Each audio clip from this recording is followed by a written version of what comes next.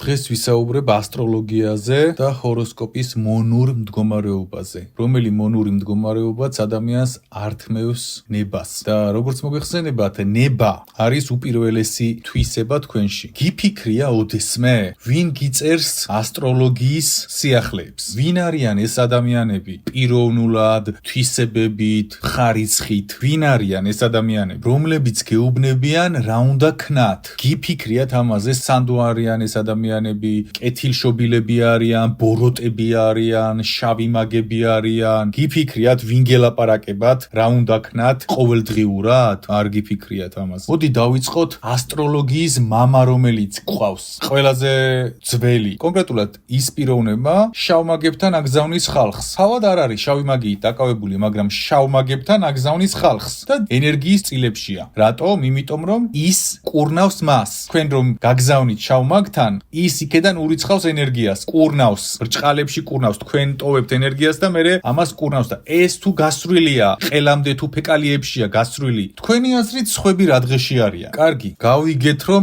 ესენი სუფთები არ არიან და შეუძლიათ ისეთი რაღაცეები გითხრან რომ ცხოვრება მოგეწამლოს. გასაგებია ეს ამბავი. დავიწყოთ ჰოროსკოპი რა არის, აგიხსნით და ასტროლოგია რა არის. ნახეთ, თქვენ წარმოადგენთ ღვთიური მდგომარეობის 100%-ს. ჰოროსკოპი თქვენი ამ ღვთიური მდგომარეობის განმსაზღვრელ მდგომარეობას წარმოადგენს 1%. ჰოროსკოპი რასაც გეუბნება რომ ესეთი ხარ, ისეთი ხარ, ასეთი ხარ, შენი 1%-ია, საბაზისო პროცენტია. რითაც იბადები, ეს არა ხარ შენ. შენ ჰოროსკოპი არ ხარ. 8 მილიარდი ადამიანი 12 ჰოროსკოპში არ ზის. ყველა არის უნიკალური. როგორც ანაბეჭდები გვაქვს, ყველას უნიკალური. და ჰოროსკოპი არის ის რომ ჩაქსვან ჩარჩოში, რომ შენ ხარ ესეთი, შენ ხარ ესეთი, შენ ხარ ესეთი. შენ ეს უნდა აკეთო, შენ ეს უნდა აკეთო, შენ ეს უნდა აკეთო. იმის იქეთ ვერაფერს ვერ იზამ. შენ ჰოროსკოპის რწმენით თანხმდები 1%-ს. როცა შენ უნდა იყო ის, ვინც უნდა იყო და ვინც გინდა რომ გახდე. შენ არ უნდა უსმენდე ჰოროსკოპს. არ უნდა უსმენდე შავ მაგებს, რომლებიც გიპროექტებენ რა უნდა ქნა დღეს, რა უნდა ქნა ხვალ, ვინ უნდა ნახო, ვინ არ უნდა ნახო, როდის უნდა ჭამო, როდის უნდა დაწვე, დაიძინო, ადგე, გაიღვიძო და თქვენ ხო ამით ცხოვრობთ. სხვისი ბრძანებებით ცხოვრობთ. ოღონდ ამის აღიარება არ გინდათ თქვენ. ნარკოდამოკიდებული ხართ სხვისი ბრძანებების მიღებაზე. მარტივად გეტყვით, ჩემზე წერია 1000 სისულელე. აი 1000 სისულელე წერია. გავიგეთ, ჩემში საბაზისო არის 1000 სისულელე. მაგრამ მე ის 1000 სისულელე რატო ვარ? მე ის ვარ, ვინც უნდა ვიყო და ვინც უნდა გავხდე და გავხდი ის, ვინც უნდა გავხდე. ხოლო თქვენ, ვინც ჰოროსკოპით ცხოვრობთ და ვინც ბრძანებებს იღებთ, როგორ უნდა იყო დღეს, როგორ უნდა იყო ხვალ, თქვენი ნება აღარ გაგაჩნიათ. თქვენ უდიდეს მკრეხელობაში ხართ. თქვენი ნება ჩააბარეთ ვიღაც შავ მაგს, რომელიც გიპროექტებს 1000 ტუტუცობას. ტუტუცობას გიპროექტებს, ოღონდ ვერ წხვდები მაგას. გძინავს, იმდენი მინახავს თქვენი მძინარე მდგომარეობა კომენტარებში. გადავსულ არ შავი მაგის სიკვდილს გასწავლით. და მადლობა ჩემო ძვირფასო,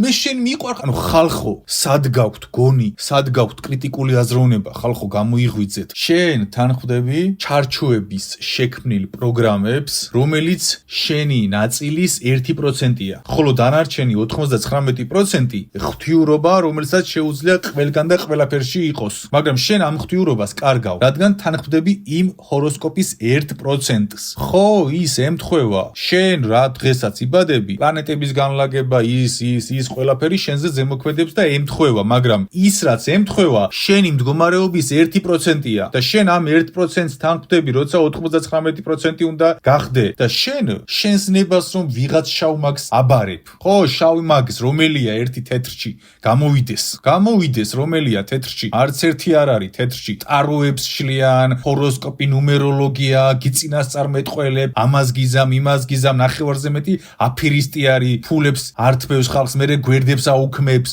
და 1000 ტუტუცობა ხდება. და მთავარი ბიძია ვინც გვყავს, ის პირდაპირ წავიდა შავ მაგებთან, თან ვისთან აგზავნის. ამიტომ ადამიანები, რომლებიც ჰოროსკოპს მიყვებიან, ისინი არიან მონურ მდგომარეობაში. უბრალოდ ისინი ამას ვერ აცნობიერებენ. ისინი არ წყვეტენ თავისი ცხოვრების ბედიღბალს. მათ ჰოროსკოპის ლიდერები უწყვეტენ ბედიღბალს.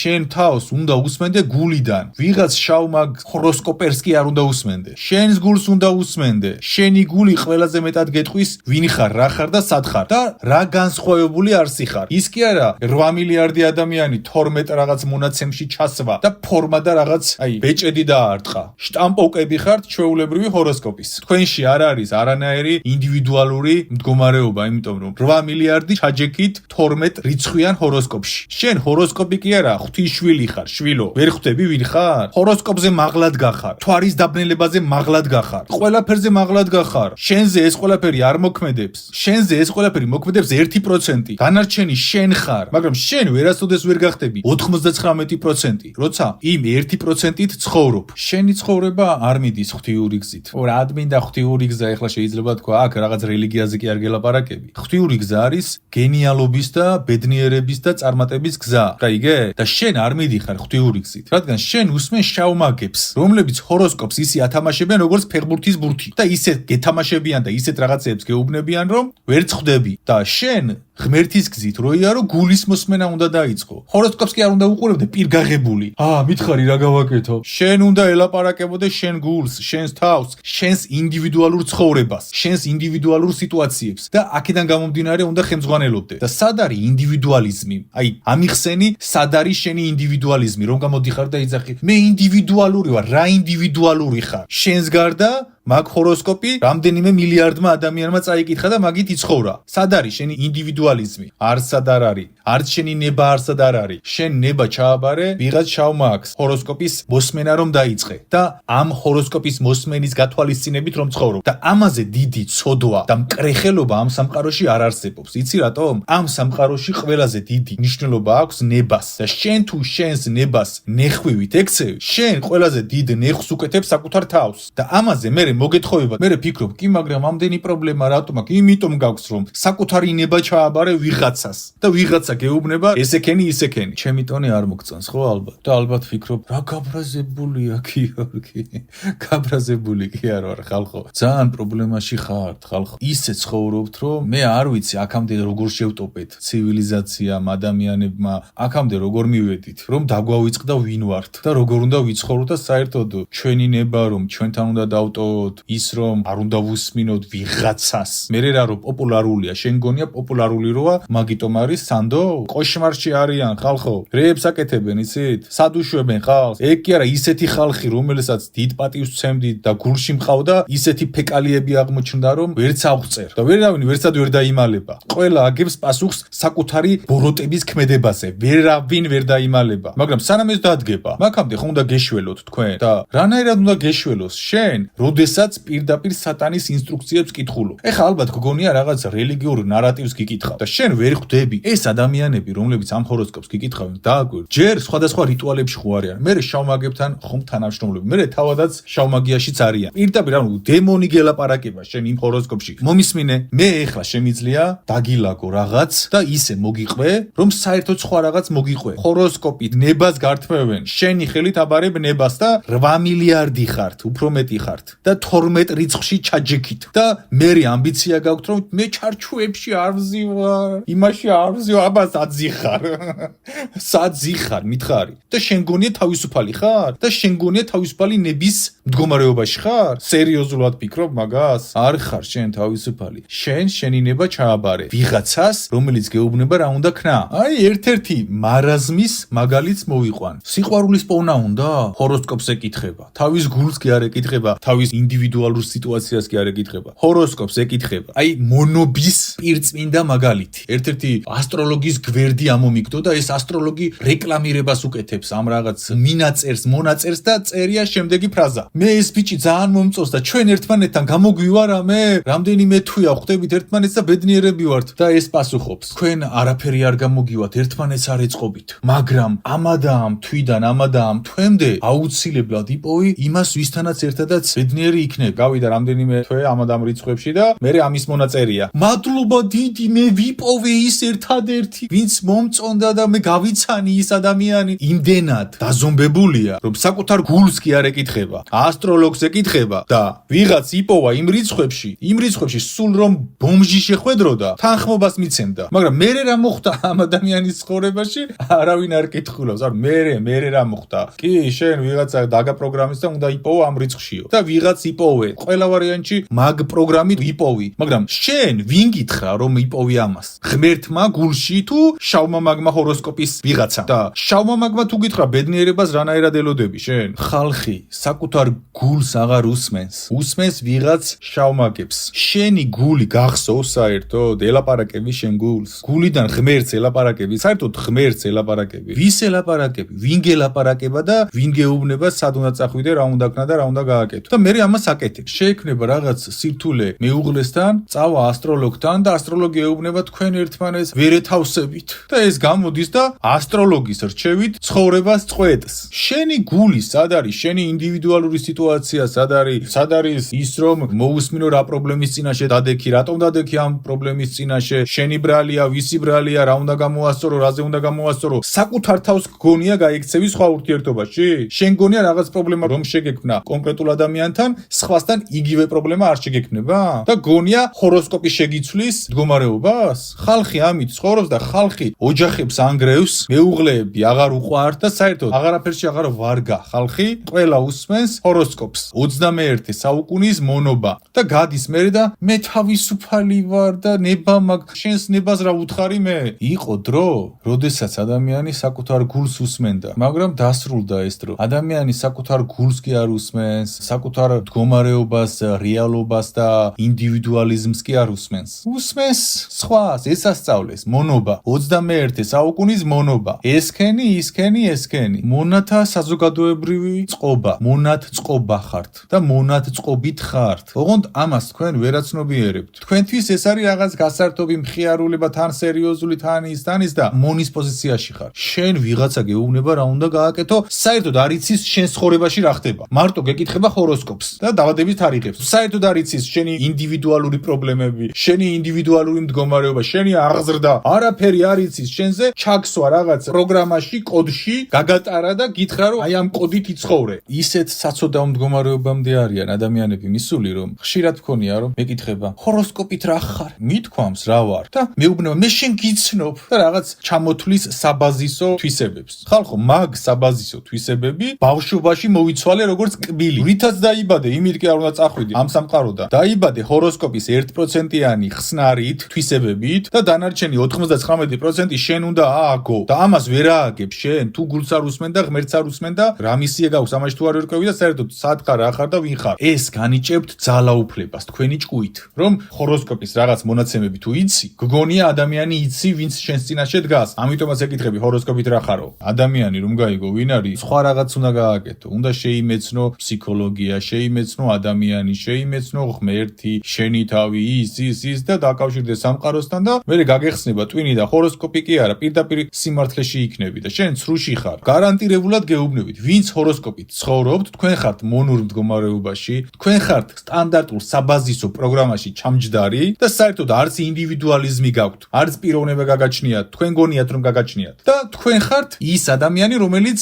გამუდმებით ელოდება სხვა რას ეტყვის. მე რეკომენდაციას გავცე მამაკაცების მიმართ და ქალების მიმართაც. არ გინდოდეს ქალვაჟურში პარტნიორი, რომელიც ჰოროსკოპით ცხოვრობს. უამრავი სიტუაცია მქონია, რის მიხედვითაც ადამიანს დაუნგრევია ურთიერთობა იმის გამო, რომ ასტროლოგმა უთხრა თქვენ ერთმანეთს არ შეეფერებითო. შენ შეიძლება დაიწყო ურთიერთობა, სულ ფრთები გამოგესხას და ისეთი შესანიშნავი იყო და წაბოდიალდება და ეს თუ არ წაბოდიალდება, რეკლამა მიბოდიალდება მასთან და მოусმენს მას და ის ეტყვის, რომ დაშორდი მას. ეხლა პრობლემა ყველას აქვს ურთიერთობაში რაღაც მიზერული. ის მიაკითხავს მას, მიწერს, დაელაპარაკება, გაუგზავნის შენს მონაცემებს და ის ეტყვის სისულელეს. არც კითხავს ის, აბა რა გაგიკეთა ცხოვრებაში, რა პიროვნება, არაფერს არ კითხავს, მარტო კითხავს შენი დაბადების თარიღს და გაგიმართლებს თუ ფოტო არ გააგზავნინა და კიდე შავი მაგია არ გაგიკეთა. ოღონდ ამ შენს პარტნიორს ეს არ ეწოდინება, გოიმია. და ნახე, ის ვიღაც გიწყვიტავს შენ ურთიერთობას მასეთ ადამიანთან. პარტნიორთან და მასეთი პარტნიორი არის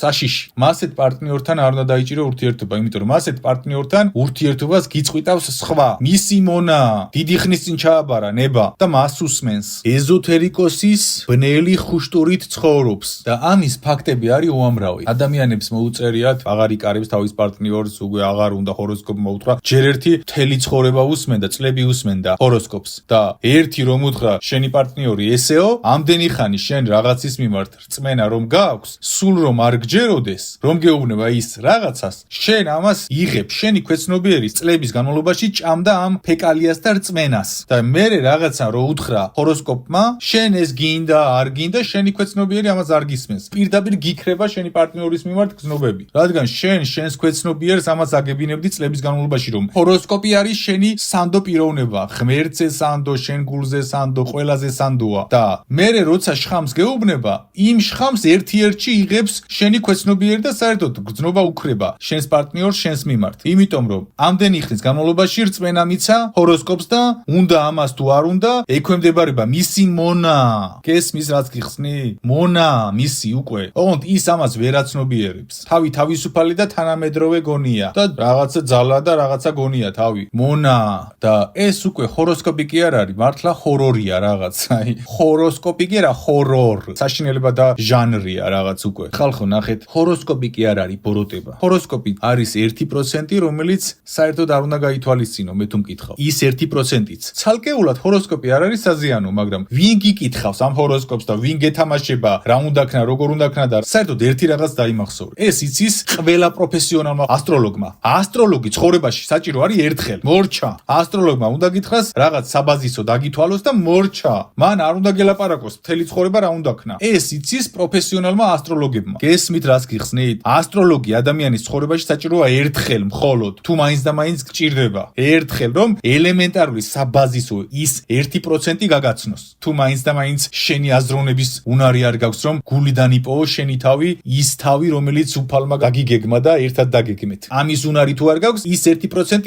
ერთხელ ცხოვრებაში და ერთხელ კი რა თქვენ ამით ცხოვრობთ. მონურ მდგომარეობაში ხართ. მასეთ ადამიანს არ გააჩნია თავისი ნება და მისი ნება ეკუთვნის იმ ასტროლოგს, რომელსაც უსმენს. ის ასტროლოგი ისე თამაშობს ამ ყველაფრით, რომ მართოს ეს ადამიანები. ეხლა კითხვას დასვამთ. რაში ჭირდება ასტროლოგს ეს? იმაში ჭირდება, რომ დღეს გეტყვის ამას და ხვალ გეტყვის ჩაქვესკნელდები. და ქვესკნელდები, იმიტომ რომ ამდენი ხანი რწმენა რომ აძლიე რაღაცას, მერე გინდა იმ სუდის მიღება თუ არ გინდა, შენ იმას იღებ. რეალურად, ვინც ჰოროსკოპს უსმენს, ისინი არიან დანომრილი შინაური ცხოველები. აუ ეხლა ვიღაცა იტყვის, რატო გვაყენებს შეურაცხყოფას? ჩემი მიზანი არ არის შეურაცხყოფის მიყენება. მე გიხსნით რაც ხდება თქვენს თავს. დანომრილები ხართ, შენ ხარ ყურო, თქვათ და მორჩა, შენ ეს ხარ, დაგნომრა, მოგანიჭა ნომერი და ჩარჩო. მეორეს ეუბნება, შენ ხარ ეს და ეს ხარ. იმას ეუბნება, შენ ხარ ლომი და ეს ხარ.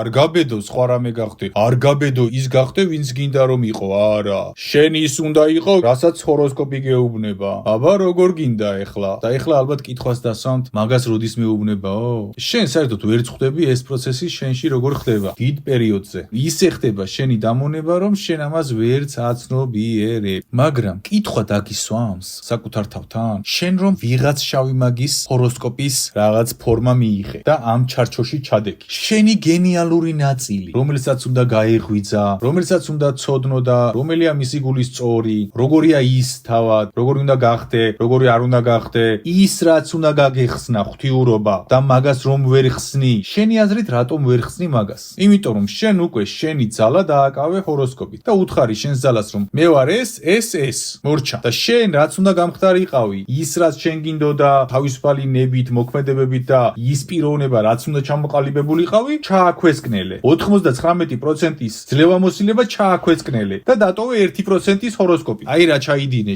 შენ თავთან. და იძახი, მე ესეთი ვარ, ასეთი ვარ, რა ვქნა, მეტი არ შემიძლია. რა ვქნა და ესეთი კი არა, უწოდე შენ თავს მონა. გულწრფელი მაინც იქნები საკუთარ თავთან. და უწოდე შენ თავს შენი დიდებულების მკვლელი. პირდაპირ მნიშვნელობით არ მოგწონს ხო ეს სიტყვა? არც მე მომწონს ეს სიტყვა. მაგრამ შენ ხარ შენი დიდებულების გარდამცვლელი. მოდი უფრო მსუბუქ ფორმაში გეტყვი. ხო, შენ უნდა გამხდარიყავი დიადი დიდებული, შენი გული გეტყოდა ყველაფერს, ვინ არის შენი გულის წორი, შენი ინტუიცია გეტყოდა ამას, ქალური და კაცი ის კაცური ლოგიკა და ამის ნაცვლად უსმენ ჩარჩოს ფორმას ტრაფარეტს, რომელსაც გელაპარაკება შავი მაკი. თუ ეხლა წმინდანი გელაპარაკება მაგას და ღმერთი ელაპარაკება გულიდან. სატანა ელაპარაკება იმდენ რიტუალებში და ტაროს გაშლებში და იმდენ ხულიგნობებშია სულიერებაში, რომ ვინ ელაპარაკება შენი აზრით და მე შენ გელაპარაკება ის და მე შენ იმის ლაპარაკს დამხორციელებ და მე გგონია ღმერთთან ხარ ახლოს და მე პრობლემა რო გეწყება ცხოვრებაში ღმერთთან მიდიხარ და ეუბნები ღმერთო რატო ვარ ესე ღმერთი კი არა ვის უსმენდი იქ დაფიქრდი გაიგე ვის უსმენდი და მე ღმერთთან უღარ მოდიხარ საჩივრით მიდი ასტროლოგთან რომელიც ამდენი ხანი გაპროგრამებდა და გეუბნებოდა რა უნდა გექნა გარანტირებულად ვამბობ ვინც ჰოროსკოპით ცხოვრობს მას ნება არ გააჩნია უბრალოდ მას ნება მასეთ ადამიანს არ გააჩნია სულიერი ზრდა ცვლილება საკუთარი თავის არ გააჩნია არაფერი არ გააჩნია მასეთ ადამიანს მასეთი ადამიანი არის მონა 21 საუკუნის მონა რომელიც ჩაჯდა რაღაც ფორმაში ჩარჩოში და ისიც ჩარჩოში ჩაჯდომაზე კი არ დაკმაყოფილდა არამედ უსმენს თან რა უნდა ქნას ყოველდღიურად და ყოველდღიურად უბრალოდ საინფორმაციო დონეზე კი არ უსმენს თან ცხოვრებისეულ გადაწყვეტილებას იღებს ამ მოსმენის ფონზე მე მეტყვია რატო გეცნება ვინმეს კი არ დავცინი მაგრამ რა ოხრობა ხალხო ეს მაინტერესებს რა ოხრობა არის ეს რა გვიქნეს ხალხო და შენ ეხლა მისმენ მე და ფიქრობ რომ რაღაც იდიოტობას გელაპარაკები რა გვიქნეს იმაზე აღარაფერს ვამბობ რომ ჰოროსკოპის მოსმენა აბსოლუტურად აზარმაცებს შენს ტვინს შენი ფიქრის კუნთს შენ უნდა ფიქრობდე ვინ ხარ რა ხარ სად ხარ რატო მოხდა ეს შენ თავს ხვალ რა მოხდება რადგან შენი წარსული ცხოვრების მოქმედებებმა სადმე გიყვანა ეს ნაბიჯი სადმე გიყვანს ანუ ფიქრს კი აღარ იწყებ პირდაპირ რატო უწოდებ მონას შემთხვევით კი არ ვამბობ სიტყვა მონას არ ეთხოვება ფიქრი რა ეხლა ჰოროსკოპს შენ წერ და ბევრი იფიქრე რომ ის წაგეკითხა შენი ფიქრის დანახარჯიც კი არ არის არანაირი ანალიზიც კი არ არის პირდაპირ გეუბნება რა უნდა ქნა აკეთებ არც ფიქრობ არც კრიტიკული აზროვნება გაქვს და თან მადლობას უხდი მეცხრე მონის მონა ამას ქვია ეს აუ რამდენი გაბრაზდება ეხა ამ ლაპარაკზე მაგრამ სიმართლე არის მწარე მეტი რა გითხრა ეხლა ეს არის სიმართლე გლეხური მარტივი ყოველგვარი მაღალფარდოვანი სიტყვების გარეშე გიხსნით ეს არის მარტივი დებულება რაც გჭირთ თქვენ და ეს უნდა შეცვალოთ გამოვიდა და გამოაცხადა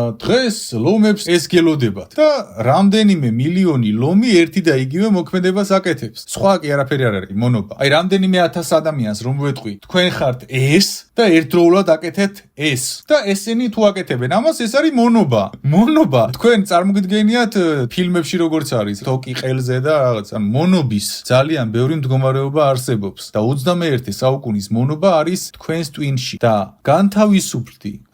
განთავისუფლდი შენინება შენთვის დაიტოვე და გახდი ის ვინც გინდა გახდი ამის უნარი გაგა ღვთისშვილი ხარ დაგავიწყდა საერთოდ ვინა ხარ რას ნიშნავს ღვთისშვილი ხარ ყველაფერი შეგიძლია გახდე რაც გინდა და ამის ნაცვლად მონის პოზიციაში ხარ და რამდენიმე მილიონ ადამიანს გეტყვიან ეს ხართ დღეს ეს უნდა ქნათ და რამდენიმე მილიონი ერთნაირად იქცევით და ერთ და იგივეს უსმენთ და ერთ და იგივე მოქმედებით ხართ ეხლა ალბათ კითხვას დასვამთ რო ემთხვევა იმიტომ რომ უკვე შენ ისეთი რწმენა გაქვს მიღებული იმის მასეთი რწმენა იმაზე არ გაქვს რომ ოჯახის წევრი დალოცო და აგიხდეს მაგის უფრო არ გწამს ვიდრე იმის ვისაც ამდენი წლებია უსმენ შენი რწმენაც აკეთებს უკვე მაგას მან რომ გითხრას შენ ხვალ ჩაქვესკნელდები შენ ისეთი რწმენა გაქვს მიცემული მასზე რომ ამის უნარი გაქვს და აკეთებ კიდევაც და თან ეხა 1 მილიონი ადამიანი რომ ამ რწმენას მიიღებს და ერთიანად შექმნის ერთ საერთო ენერგო ეგრეგორ წრე კონფიგურაციას რა თქმა უნდა გიხდებათ 1 მილიონმა ადამიანმა საქართველოსთვის რო ილოცოს ერთდროულად იმ ერთ დღეს საქართველო გაბწყინდება და თქვენ ამას აკეთებთ ჰოროსკოპზე ოღონდ